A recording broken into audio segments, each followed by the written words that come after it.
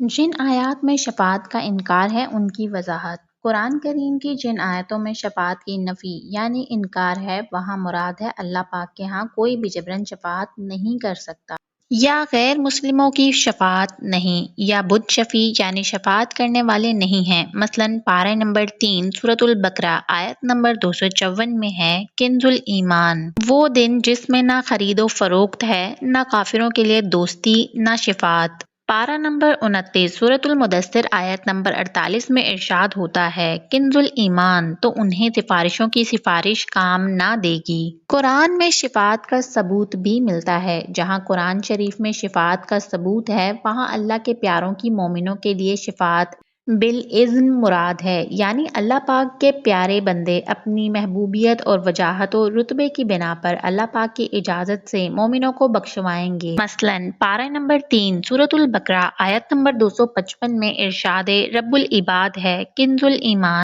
وہ کون ہے جو اس کے ہاں سفارش کرے بے اس کے حکم سے۔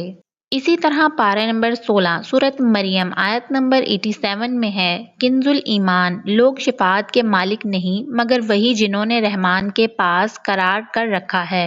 کون کون شفاعت کرے گا؟